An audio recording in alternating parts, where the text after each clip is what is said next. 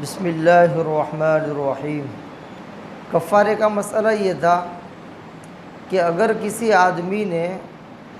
جماع کے علاوہ کسی اور وجہ سے روزے کو فاسد کر دیا، مثلا جان بوجھ کر کے کھا لیا پی لیا، یا نفع بخش سمجھ کر کے جان بوجھ کر کے بیڑی پی لی، تو اس کی وجہ سے روزہ فاسد ہو گیا، کفارہ لازم ہوا۔ اب ایسا ایک مرتبہ نہیں، رمضان کے اندر متعدد مرتبہ کیا تو ظاہر بات ہے کہ بہت سارے روزے فاسد ہو گئے۔ اب اس کے اوپر کفارہ آئے گا۔ اب کتنی ہی مرتبہ وہ فاسد کرے، پورے رمضان کے اندر ان تمام کی طرف سے صرف ایک کفارہ آئے گا۔ ابھی یہ کفارہ ادا نہیں کر پایا تھا اور دوسرا رمضان آ گیا، اور دوسرے رمضان کے اندر بھی اس نے وہی حرکت شروع کر دی جو پہلے والے رمضان میں کی تھی، کہ جان بوجھ کر کے جو ہے اس نے کھا لیا پی لیا یا کچھ اور ایسا عمل کر لیا جس سے روزہ فاسد ہوتا ہے اور قضا اور کفارہ دونوں واجب ہوتے ہیں، ایسا عمل کر لیا تو پھر سے گویا کہ اس نے کفارہ واجب کرنے والا عمل کیا۔ اب ایک مرتبہ کیا یا متعدد مرتبہ کیا رمضان کے اندر، تو اب اس مسئلے کے اندر فقہا لکھتے ہیں کہ تداخل ہوگا۔ تداخل کا مطلب یہ ہے کہ پہلے رمضان کا کفارہ باقی ہے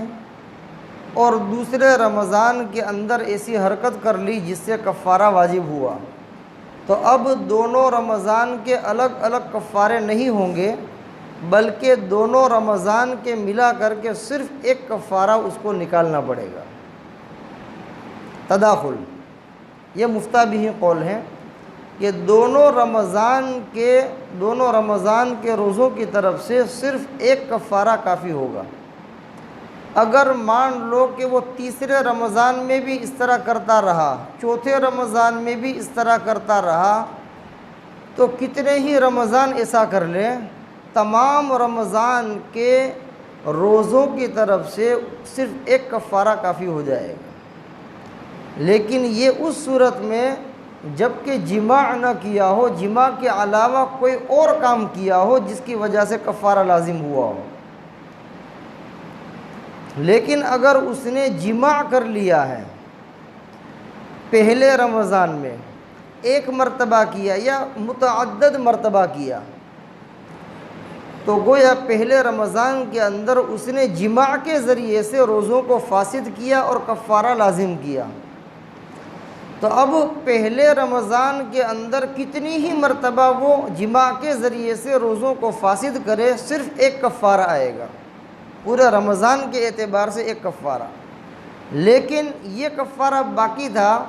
اور دوسرے رمضان کے اندر پھر یہی حرکت شروع کر دی، جماع کے ذریعے سے ایک روزے کو یا متعدد روزوں کو اس نے فاسد کر دیا،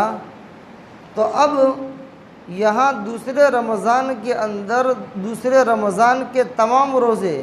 یا بعض روزے جو اس نے فاسد کیے ہیں اس کی طرف سے ایک کفارہ آئے گا۔ تو یہاں جماع کی صورت میں فرق یہ پڑے گا کہ ایک ہی رمضان تک چلے گا، دوسرے رمضان میں حرکت کی تو پہلے والے رمضان کا کفارہ دوسرے میں نہیں چلے گا، بلکہ دوسرے میں مستقل اس کو الگ سے کفارہ نکالنا پڑے گا۔ تو یہ فرق ہو گیا کہ اگر جماع کے ذریعے سے اس نے روزوں کو فاسد کیا ہے تو ایک رمضان کے روزوں تک تو چلے گا، کہ چاہے ایک مرتبہ فاسد کیا ہو یا کئی مرتبہ فاسد کیا ہو، ایک رمضان تک اگر اس طرح کیا ہے تو پورے رمضان کی طرف سے ایک کفارہ کافی ہو جائے گا۔ لیکن دوسرے رمضان میں بھی یہی کام کیا، جماع کے ذریعے سے روزوں کو فاسد کیا، تو پہلے والے رمضان کا کفارہ دوسرے والے رمضان میں نہیں چلے گا، بلکہ الگ سے کفارہ نکالنا پڑے گا۔ پھر مان لو کہ تیسرے رمضان کے اندر وہی حرکت کی، تو اب دوسرے رمضان کا کفارہ تیسرے میں نہیں چلے گا، بلکہ اس کے لیے الگ سے کفارہ آئے گا۔